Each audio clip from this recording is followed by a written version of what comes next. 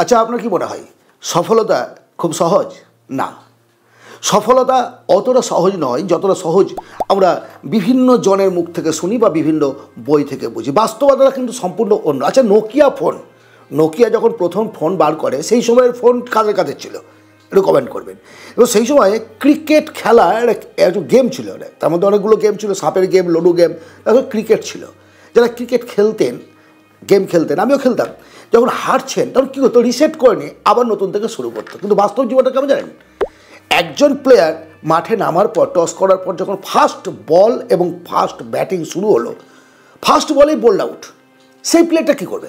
উঠে বসে যাবে আর খেলবে না? কিন্তু না, বাস্তব জগতে এটাই হয়। আপনি প্রথম বলে আউট হয়ে যাওয়ার পরেও রিসেট করার কোনো অপশান থাকে না, আপনাকে পুরো খেলাটা চালিয়ে যেতে হয়। কখনো বল করতে হয়, ফিল্ডিং করতে হয়, মন চাক বা না চাক আপনাকে মাঠে থাকতে হয়। এটা রিয়েলিটি। যদি সফলতা সহজ হতো, আজ বর্তমান সময়ে কেউ মধ্যবিত্ত গরিব থাকতো? সারা পৃথিবীর দিকে তাকিয়ে দেখুন। অর্থাৎ যত সহজে আমরা সহজ কথাটা উচ্চারণ করে দিই ততটা সহজ নয়, কোনো কিছুই সহজ নয়, সফলতা বলা নয়। জীবনের প্রতিটা ক্ষেত্র হচ্ছে লড়াই করে বেঁচে থাকার। সে জ্ঞানের লড়াই হতে পারে, বুদ্ধির লড়াই হতে পারে, বিবেকের লড়াই হতে পারে, মস্তিষ্কের লড়াই হতে পারে, কুস্তির লড়াই হতে পারে। এ তো জীবন।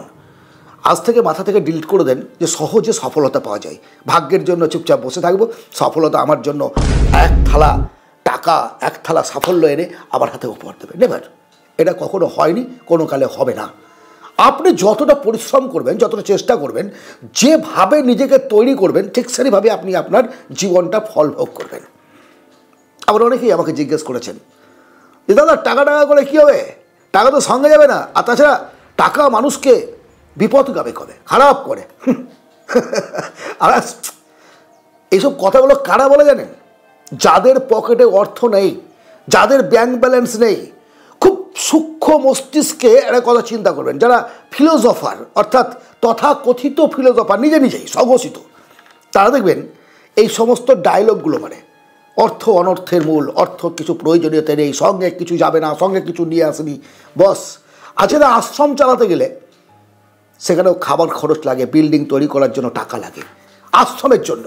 একজন সন্ন্যাসী সে গৃহ ত্যাগ করে, সমস্ত কিছু ত্যাগ করে আশ্রমে গিয়ে আছে, অথচ তাকে ডোনেশন নিতে হয়, টাকা নিতে হয়। আপনার বাড়িতে কখনো পুজো করেছেন? পুজো করলে পুরোহিতকে দক্ষিণে দিতে হয়।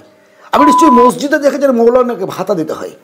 আপনি এটা দেখেছেন কোনো মাদ্রাসা চালাতে গেলেও অর্থের দরকার হয়। অর্থাৎ ধর্ম থেকে শুরু করে কর্ম পর্যন্ত আমাদের প্রত্যেকটা ক্ষেত্রে অর্থের গুরুত্ব প্রচুর প্রচুর প্রচুর। হ্যাঁ, আমি এটা স্বীকার করি যে অর্থ দিয়ে সব কিছু হয় না, কিন্তু অর্থ দিয়ে যা কিছু হয় তা অন্য কিছু দিয়ে হয় না। অর্থ দিয়ে ঘুম হয় না, এটা ঠিক, কিন্তু অর্থ দিয়ে ভালো বিছানা কেনা যায়, অনেক কিছু করা যায়। সুতরাং আজ থেকে মাথার মধ্য থেকে ডিলিট করে দেন যে অর্থ অনর্থের মূল। বন্ধু, আমি একজন বন্ধুকে জিজ্ঞেস করছি, কেন তুই এখনও পর্যন্ত সার্ভিস করে, এখনও পর্যন্ত তুই কেন সাইকেলে যাতায়াত করে যাবিস, কেন তো বাইক কিনতে পারিস, তাহলে 4 চাকা কিনতে পারিস? তার উত্তর হলো, আমি পরিবেশ বন্ধু, আমি পরিবেশকে কলুষিত করতে চাই না, আমি পরিবেশে কার্বন ডাইঅক্সাইড, কার্বন মনোক্সাইড ছড়াতে চাই না, বিশুদ্ধ বাতাস, সবাই সাইকেলে যাতায়াত করুক, সেটাই ভালো। অ্যাকচুয়ালি কী জানেন, ইএমআইয়ে এত দূর পর্যন্ত তার ডুবে আছে, তার একটা বাইক কেনার ক্ষমতা নেই, অথচ বড় বড় ডায়লগ মারে।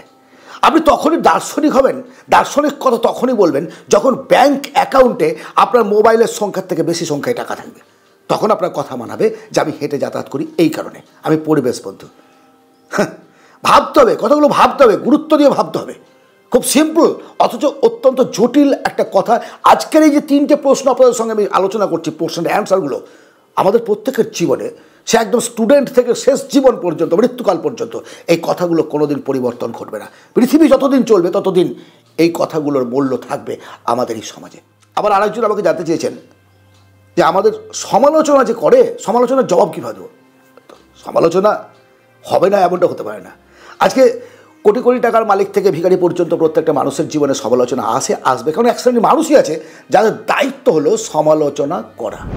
সমালোচনাকে পাত্তা দেবেন না, বহু ভিডিওতে বলেছি, যাদের সমালোচনা করার দায়িত্ব তারা সমালোচনা করবে। অ্যাকচুয়ালি আপনি যখন কোনো ভালো কাজ করবেন তখন আপনার বলবে, এই জানি তুই পারতিস, তুই পারবি, এটা আমি জানতাম, তোর তোমার একটা বিশাল একটা তোর চাহিদা ছিল। আবার ফেলিওর হলে পরে সেই লোকটাই একই মুখে বলবে, আমি জানতাম তুই পারবি না। আমি একটা সময়ে এক বন্ধুর বাড়ি ঘুরতে যাই, তার ছেলে ঘর দরজা বন্ধ করে দুটো ছেলে তার 2 ঘরে পড়ছে, 2 ঘরে 2 ছেলে পড়ছে, দুটো ঘরে দরজা বন্ধ, দুটো ঘরে খুব মনোযোগের সঙ্গে পড়ছে। আমরা গেছি, আমার সঙ্গে আরও দুটো বন্ধু গেছে, বলো ছেলেগুলো খুব ভালো, বাবা মা সবচেয়ে ইজি কাজ তো পড়াশোনা। 4 টেবিলে বসে বই নিয়ে বসে তখন ছেলে মেয়ের কেউ সমালোচনা করবে না, বন্ধু বান্ধব তো যা দূরের কথা, বাড়ির লোকও কিন্তু কিছু বলবে না, খা বাবা, দুধ খা বাবা, খা বাবা, ভাত খা বাবা, যখন বই নিয়ে বসছেন। এবার আমার বন্ধু এবং আমরা সকলে মিলে বললাম কি, দারুণ ছেলে কিন্তু সত্যি, আমরা যে এসেছি গল্প করছি কোনো গুরুত্ব নেই, মন দিয়ে পড়াশোনা করছে, দারুণ রেজাল্ট করবে। রেজাল্টটা খারাপ হয়ে গেল। যখন রেজাল্ট খারাপ হলো, ওই আমরাই তখন বলছি, হ্যাঁ ঘর বন্ধ করে মোবাইলে গেম খেললে কি রেজাল্ট হয় বা দিয়ে সব। আসলে আপনাকে কেউ আপনার বিপদের দিনে অর্থ দিয়ে সাহায্য করবে না, ধার দিতে পারে।